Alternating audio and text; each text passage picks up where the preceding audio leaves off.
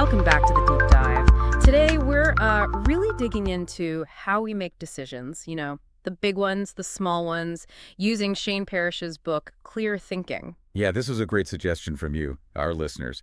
You wanted ways to, cut through the noise and make better judgments. Exactly. So we're going to unpack some really key chapters. We'll look at, how to actually understand the problem before you just jump to fixing it.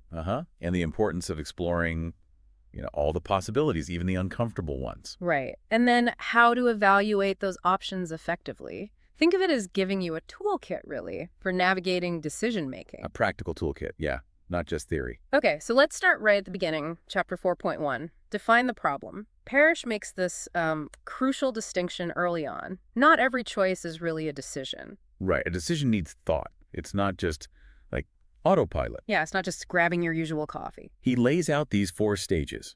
Define the problem, explore solutions, evaluate options, and then finally, make the judgment.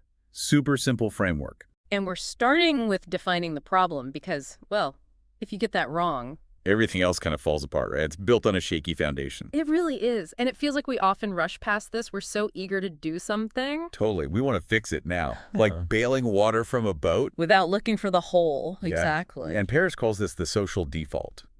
There's this pressure, maybe especially in meetings or teams, to show action immediately. Right. You got to look like you're on top of it. But you might just be treating a symptom, like taking a painkiller for a headache without figuring out why you have the headache. Yeah. Dehydration, stress. Good analogy.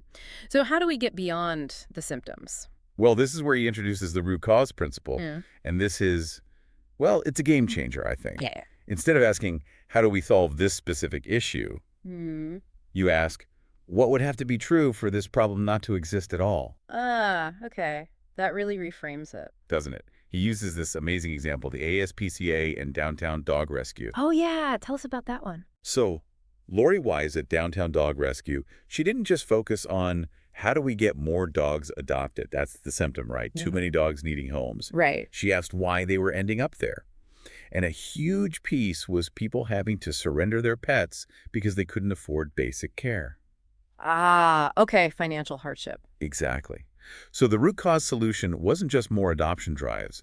It was creating a support program, offering help with things like vet care, rabies shots, pet food. So helping people keep their pets in the first place. Precisely. And guess what? It turned out to be more cost-effective in the long run. Wow. That really drives home the point about finding the real problem. It does. And you can see how this applies in business too, right? Focusing only on new sales when maybe the real issue is customer retention. Yeah. Fixing the leaky bucket, like you said. Okay, so how do we actually do this better? How do we safeguard this problem-defining stage? He offers some practical tips. He does. One is the problem-solution firewall. Firewall. Sounds serious. Well, the idea is simple. You deliberately separate the defining of the problem from the solving of it. Maybe even have separate meetings. I see. So you don't let half-baked solutions hijack the conversation before everyone even agrees on what the problem is. Exactly. It forces you to really dig into understanding first. And he suggests asking everyone in that first meeting, what do you know about this that others here don't? Oh, that's good. Tapping into diverse perspectives. Yeah, he gets back to that Wittgenstein quote. To understand is to know what to do.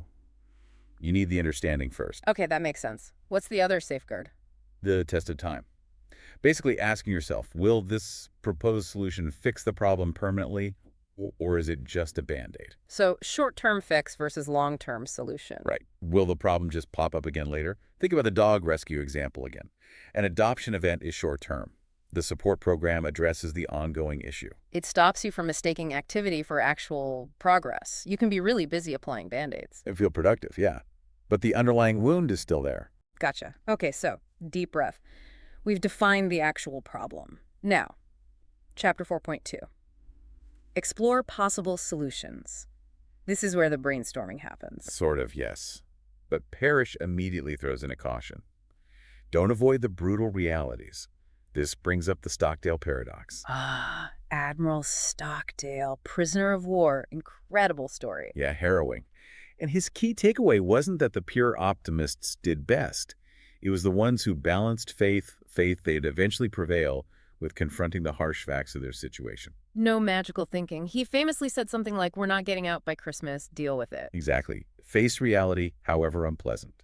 Because our present is the result of past choices, and our future depends on the choices we make now, grounded in that reality. So how do we explore options while staying grounded? One tool is the pre-mortem, thinking about what could go wrong before it does. Like a postmortem, but in advance. Right. Seneca called it premeditatio malorum, premeditation of evils.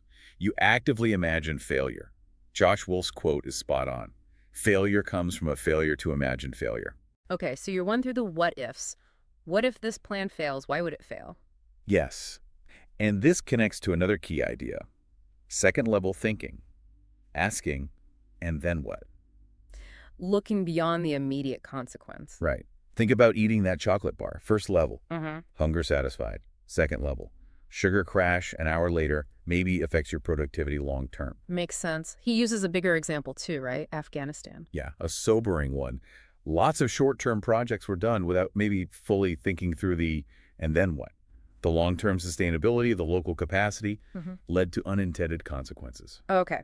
And the example of Maria, the data scientist who lost her job, really walked through this. It did. For every option she considered, go back for a master's, take a lower-paying job, consult, keep looking at applied second-level thinking.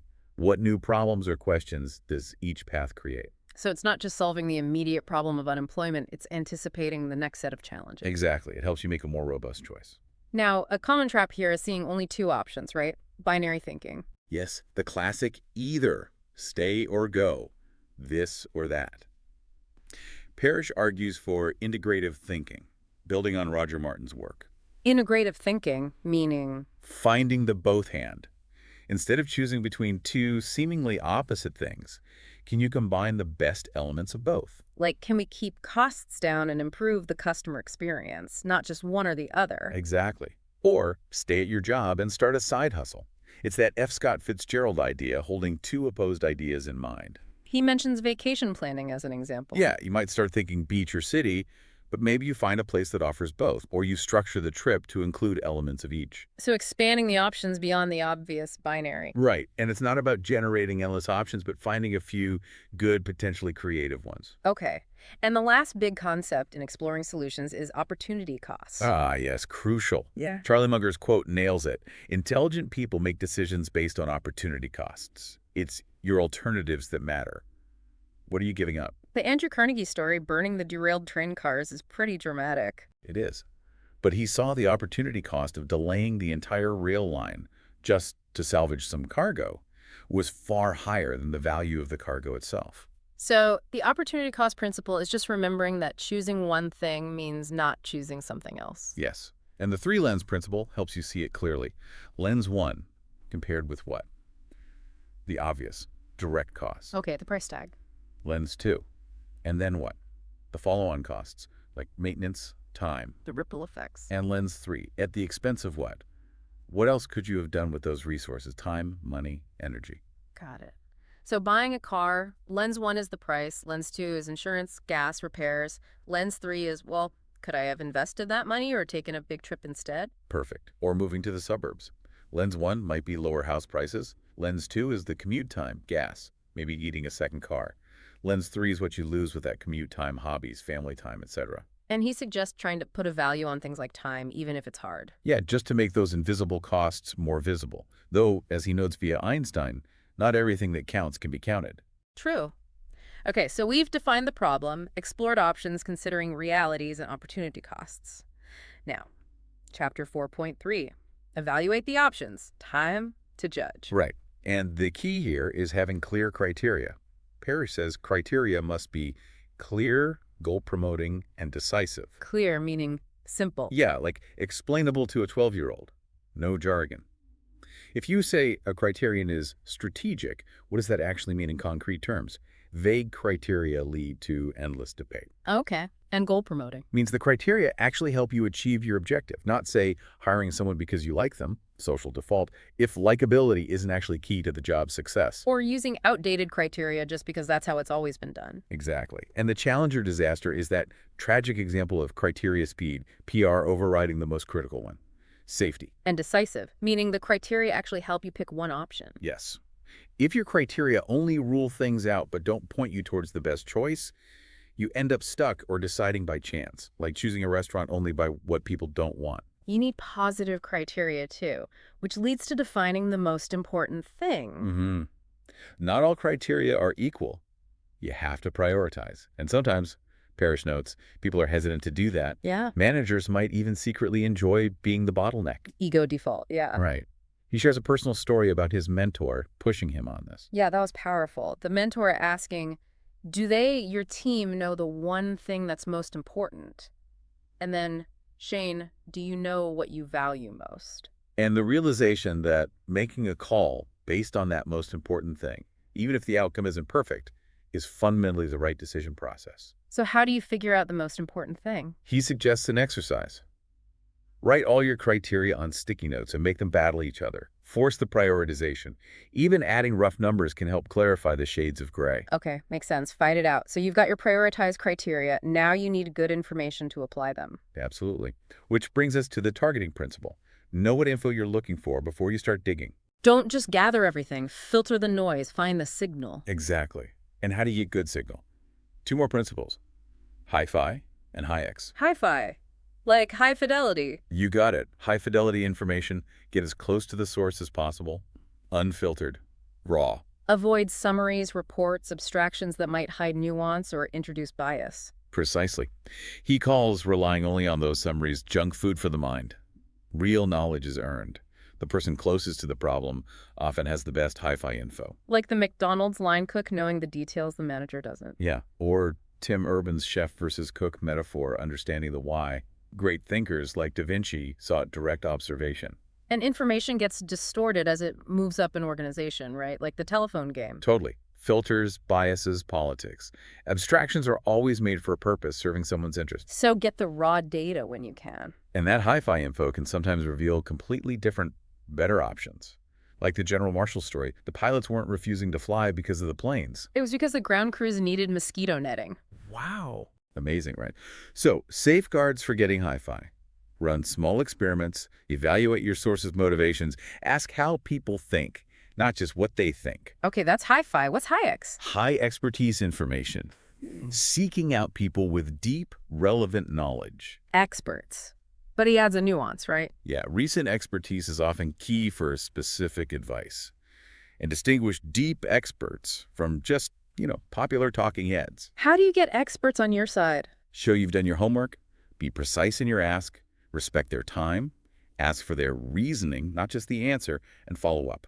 Build the relationship before you desperately need them. And how do you spot a real expert versus someone just playing one on TV? Look for depth, ability to explain simply, willingness to admit mistakes or say, awareness of their limits.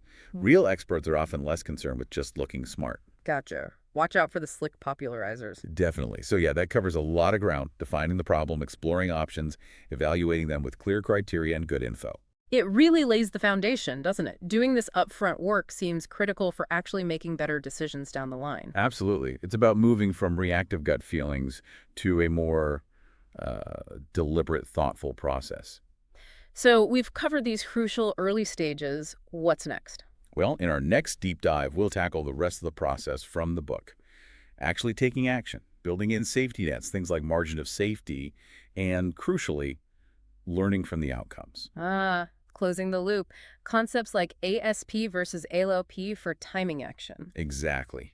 And cultivating that mindset of continuous learning, whether the decision worked out perfectly or not so much. Excellent. Well, we hope this is giving you some really practical things to think about and maybe even try out in your own decision-making. Yeah, what stood out to you? Are there questions still bubbling up? Maybe revisit these ideas, experiment a little? Definitely. And join us next time as we finish unpacking this framework for clear thinking.